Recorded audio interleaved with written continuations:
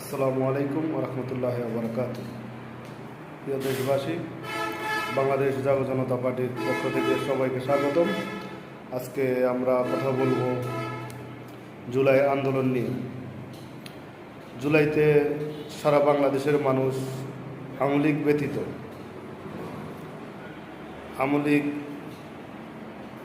দল ব্যতীত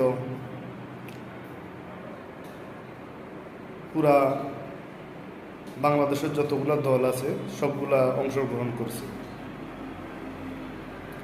তো জুলাইতে যারা যুদ্ধে আহত নিহত হয়েছে আসলে তারা কোনো মূল্যায়ন পায় নাই। আর কেউ কেউ আছে বলতেছে শুধু আমরাই জুলাইতে অংশগ্রহণ করছি, 2-4 জন লোক বলতেছে। আসলে মূলত জুলাই যুদ্ধে সাধারণ জনগণ সবাই অংশগ্রহণ করছে মোটামুটি, আওয়ামী লীগ ব্যতীত। আওয়ামী লীগ তো যারা সরকারে ছিল তাদের পতনের জন্যই জনগণ রোডে নামছে।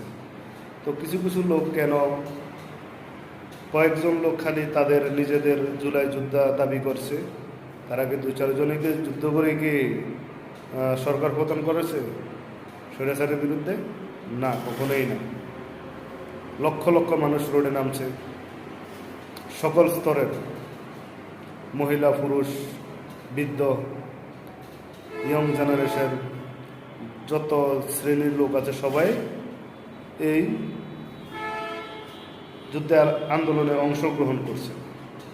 তাই আমি মনে করি যারা মূলত আন্দোলনে সফল হয়েছে তাদেরকে কোনো মূল্যায়ন করা হয়নি। তারা আহত নিহত হয়েছে, আসলে তারা প্রকৃতভাবে কিছুই পায়নি।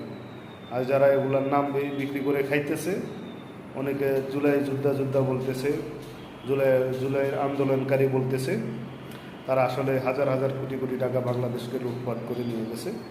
আসলে বাংলাদেশের মানুষ এখনও অনেক কিছু বুঝে না, বুঝার আছে।